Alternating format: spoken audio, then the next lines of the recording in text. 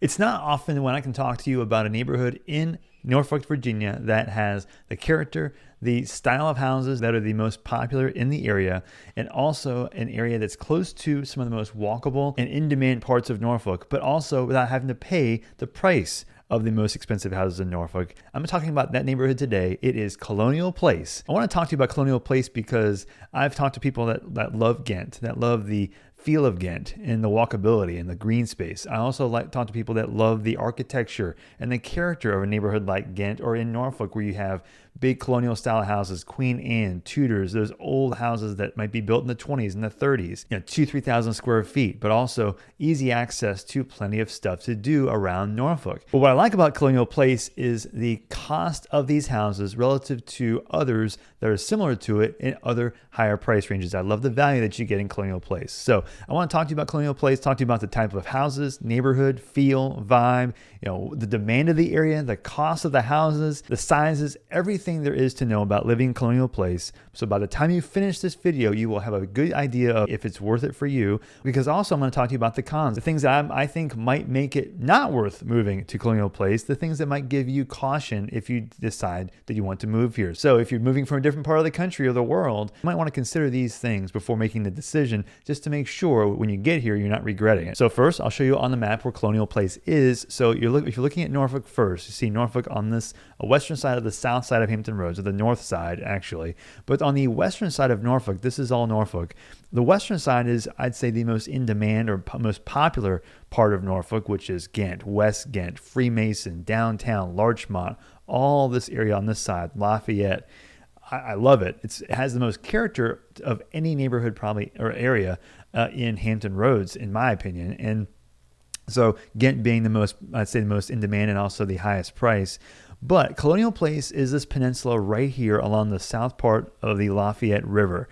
And so this area, to me, I think is one of the best combinations of style, location, vibe that you can get for the price. So it's this whole section here, and it goes down to about 38th Street. The 38th Street street itself is the line of demarcation between one neighborhood, Colonial Place, and the other neighborhood just south of there, which is Park Place. And it borders on both sides of Mayflower Road, on both sides towards Collie and also Llewellyn Avenue. So this whole section right here. If you notice, looking at the houses themselves, you'll see a lot of unique, very cool, like old architecture. And so as you go down walk down the streets, you'll see Queen Anne, Tudor, a lot of craftsman style houses, and a very popular one, which is Colonial Revival. So those are, I'd say, the four primary styles of architecture that you'll find in Colonial Place. The sizes of the houses can vary anywhere from like 1,200, 1,300, 1,400 square feet up to 25, 3,000 and up. But as you drive down through each street, you'll also see that, again, it's lined with tons of trees. And as you get close to the shoreline, Mayflower Road is an awesome street that overlooks the Lafayette River. And so the houses on the Lafayette River are priced differently than the ones off the Lafayette River. Even if the ones that are a little bit cheaper, you're still paying more for Mayflower. But that's a unique feature too, because there are very few water viewpoints in the Norfolk area that don't necessarily have boating access or dock access from the house, but you just have the open view that you have in the Lafayette River from the house. It's very hard to match. For what you get view-wise, you're going to get a nice value because you're not having to pay for the boat or ramp or the dock at your house. One thing I like about Colonial Place is that a lot of these houses also are up off of the main road. You'll see them as you go into the driveway onto the property. You're often going up a little bit. So while there are often places that need flood insurance, especially on the eastern side of the area, which I'll talk about in a minute, but as far as the lots are concerned, most of them are high enough, again, especially in the central and western sides, to where you kind of feel like you're in an area that you think might flood, or you've heard stories, but because of where your house is, you're not really going to get that. Well, let's go into the prices of these houses in Colonial Place. So again, you've seen the architecture, you've seen the sizes. Again, they range from low thousands up in the 3,000 plus square feet range. But the prices are very interesting. So you can get a house in Colonial Place, the small ones, like maybe 3-bedroom, 1-bath for $290, $300. That's hard to find anyway in an area that is in demand in general in Norfolk. But then most of these are going to be anywhere from like the $350 range to the $450 range. You'll see some of them will bump up over $550, especially if you're on Mayflower Road facing the water. and you can see them in the 5 and 6 range, and sometimes more than that. But if you're off the water, again, you're talking anywhere. You can even see them in the 340, 350 range, but you're going to be mostly between there and 450 to 475. And so it really comes down to floor plan. It comes down to condition of the house. It comes down to size, but also functionality, because some of these, as a lot of houses that are older in the 20s and 30s are, some of them don't have the same functionality as others. And so even though you have the right square footage that you want, you might not feel like it's grabbing you in the way that a house that size should. So it may not feel as comfortable as you might have wanted. The high ceilings definitely makes them feel bigger, even though some of the smaller ones, might be 1,500 square feet, but the ceilings might be high enough to where it doesn't feel as cramped. But again, the functionality still factors in. You have some of these do have basements also, and that can factor into where the HVAC systems are, or where the washer and dryers often are, and often maybe flooding factors in too, based on the fact that the basement's going to be the lowest portion of the house if there is a basement. Now, not all of these have basements, but it's still something worth considering. But man, most of these streets are going to have the awesome trees, that have the awesome curb appeal that you might find in a magazine in a lot of cases, but you're not paying as much as you might be paying even, for example, in Larchmont, which I've done a video recently about Larchmont, where the houses in Larchmont, if you see a house in Larchmont that's $550, it might be $500 or $475 in a place like Colonial Place. So you might be getting a cheaper version of a house in Larchmont in Colonial Place and get everything that you want. Now, the thing I want to mention though is that in these price ranges, if you find a house in Colonial Place that's a little bit larger, especially that's in the $350, $375 price range, chances are it's going to need a lot of work. And that's why I think that the pictures of the houses in Colonial Place can look very appealing. The problem can come down to the fact that when you see a house online that looks great, it doesn't show all the drawbacks or the challenges that you might face with renovating the house. So I think that people often think they're going to get a better house for the price in Colonial Place, but realize it's not as good as they might think. So I think if you're in the 450, 475, 425, 450, 475 price range, there's a much better chance of getting what you want and not have to do a lot of renovation in addition to having that style house that you like. You might have more surprises, especially with an older house. Older house, plumbing, electrical systems, older windows that are maybe single pane that may be drafty. You might want to replace those, but again, that's a lot of work. And this is also in a historic district, which is fun. It's great. The problem, though, is but the historic district might also have to be involved with some of the decisions you make for the aesthetics of the house. So you can't just go and make changes necessarily, especially to the outside, especially without getting approval. So that does factor in as far as how much you can do to the house, and it could be frustrating to some people, but it definitely helps keep the aesthetic the way that they want. And I think that is what makes it most appealing to a lot of people. So there's a positive to that. Now, another thing you'll notice is that the prices will change based on the street that the house is on. Most specifically 38th Street. So if you see online, you'll look and maybe you see a house that hits the market and it says Colonial Place. Well, if it's on 38th Street, you might see a house listed that says Colonial Place. It's on 38th Street or close to 38th Street, around the corner. And the houses may not sell for as much because 38th Street itself is very busy. It's like the main connecting road from Granby Street all the way over towards Collie, all the way towards Hampton, really. Or there was Hampton Boulevard. There it is, yeah. So it connects all the way across.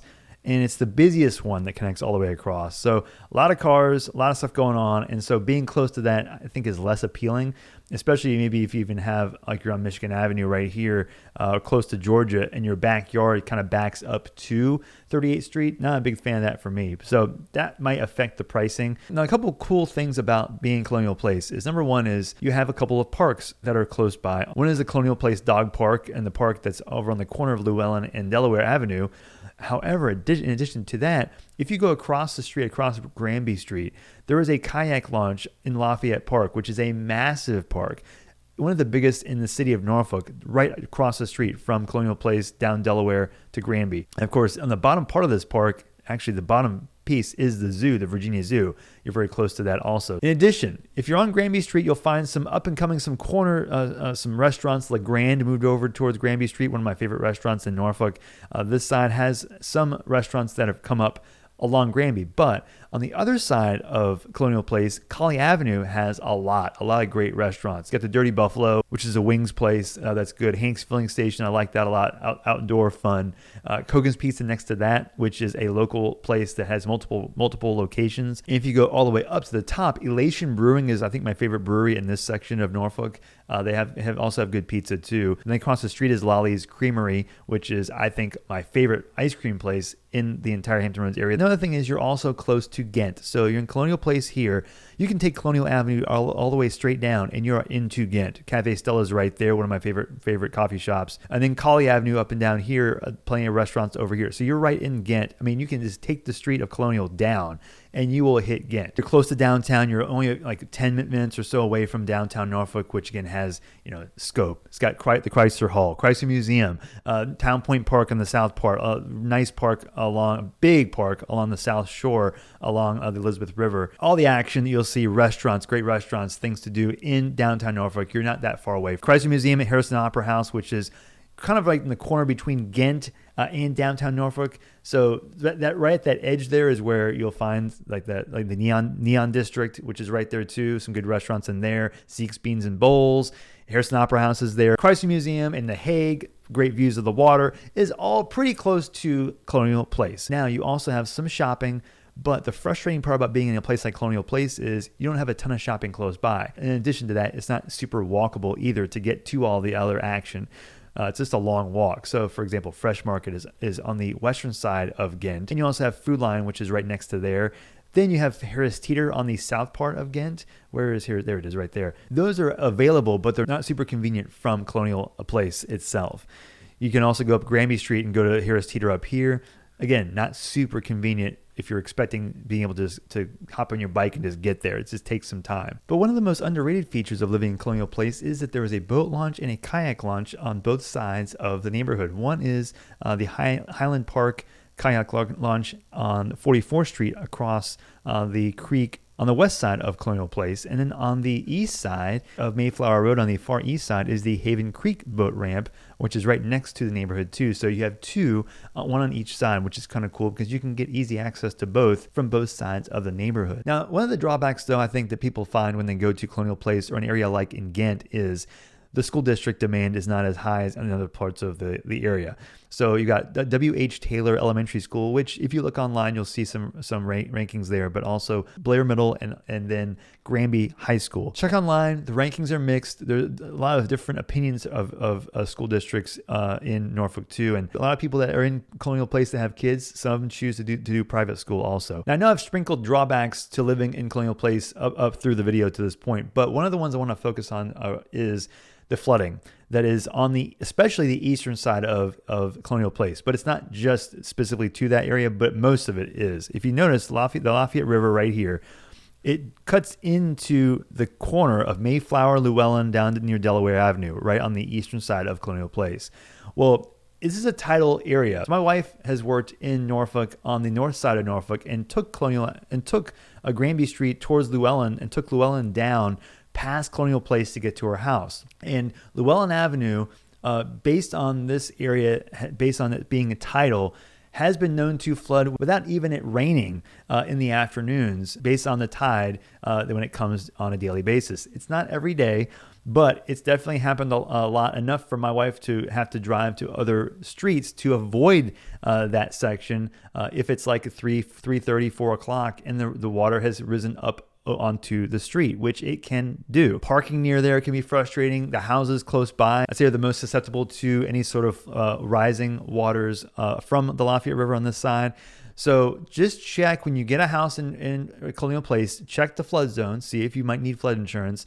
And maybe when you get there, talk to neighbors and see what the day-to-day or, on a bad storm, what is it like? What has happened? Ask for things like Hurricane Matthew. What happened to Hurricane Matthew? See what people say, what kind of stories people say about their experiences, even on a day-to-day basis, especially on the eastern side of Colonial Place, but really across the whole area. I think one of the other drawbacks or the reasons why people are hesitant about being in Colonial Place is that they like the feel of Ghent, but between Colonial Place and Ghent is Park Place in Kensington, which there are a lot of areas that have really there's been a lot of development, a lot of changes, a lot of new construction or newer construction, a lot of restaurants that have popped up on the south part, like around 25th Street, 26th Street.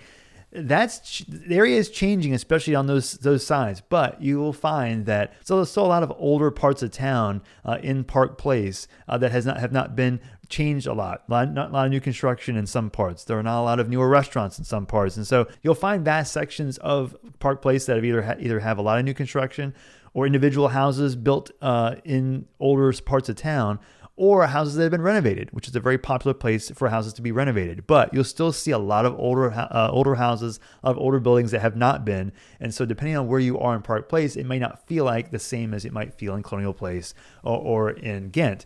So that might be a drawback because you're not really connected. Colonial Place is not connected to Ghent exactly. You've got to go through Park Place to get to Ghent. So if you have any more questions about relocating to Colonial Place or other areas of Norfolk, Virginia Beach, Chesapeake through Williamsburg, let me know. This is what I do. I'm a native, I'm a local, and I love helping people relocate to the area. So if you have any questions, I have my contact information in the description. You can call me, email me, and text me, and I'll do whatever I can to help you relocate to the area. Now, if you want to learn more details about Norfolk or other areas in Hampton Roads, I have a video here that I think would be helpful for you to continue your research and learning about the Hampton Roads, Norfolk, Virginia Beach, Chesapeake, Williamsburg area. And I will see you on that video.